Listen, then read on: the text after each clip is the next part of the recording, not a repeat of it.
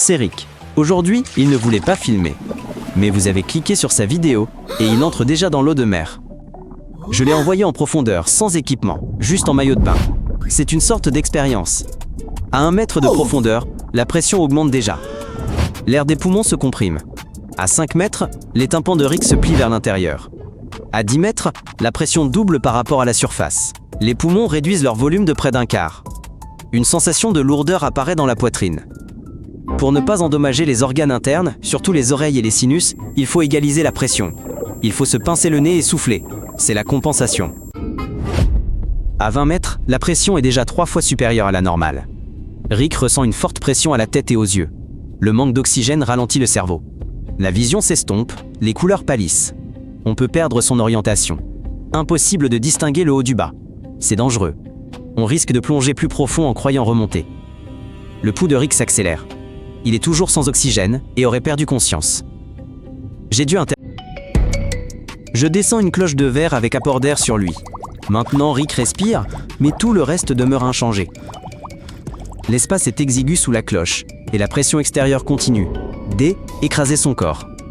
Chaque inspiration est rude et étouffée, comme si elle passait par un masque en caoutchouc. À travers les parois, des bruits déformés se font entendre, des tourbillons d'eau, des vibrations lointaines. Les sources sont si éloignées qu'on ne les voit pas. C'est déconcertant. À 40 mètres, les signes de narcose à l'azote débutent. L'air inspiré contient de l'azote et sous forte pression, il agit sur le système nerveux. C'est comme une légère ivresse. Les mouvements ralentissent, les pensées s'embrouillent. Rick sourit sans raison. C'est un symptôme inquiétant. Sa réaction est ralentie. Il perçoit mal les ordres de communication simples. À cette profondeur, une plongée réelle exige un gaz respiratoire spécial. À 60 mètres, la lumière disparaît presque. Il fait plus sombre que dans n'importe quelle grotte. Une lampe torche ordinaire aide peu.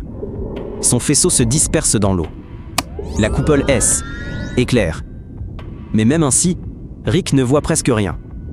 Ses yeux manquent de contraste. Cela provoque des illusions visuelles. Rick commence à voir des mouvements qui n'existent pas. C'est un effet courant de surcharge sensorielle. Le cerveau complète la réalité. Il ne distingue plus le réel de ce qui... À 80 mètres, la pression dépasse 9 atmosphères. Le corps subit davantage la haute pression. Les muscles se contractent plus lentement. Les tissus perdent leur souplesse. Rick a des difficultés à bouger. Il sent qu'il ne peut pas complètement étendre ses doigts. Le froid provoque de légers frissons. L'eau dissipe la chaleur 25 fois plus vite que l'air. Sans combinaison spéciale, l'hypothermie s'installe en quelques minutes. À l'intérieur du dôme, la température chute aussi. À 100 mètres, la coupole de verre ne tient plus. De fines fissures et des vibrations le déforment. Pour éviter que Rick soit écrasé, je le mets dans le scaphandre profond. Il est lourd, encombrant, mais protecteur. Rick est maintenant isolé de l'eau. Sinon, il n'aurait pas survécu. Toute erreur peut être fatale. Le casque du scaphandre réduit la visibilité. Tourner la tête demande un effort. Le scaphandre est très rigide. À 150 mètres devant Rick, le vide absolu.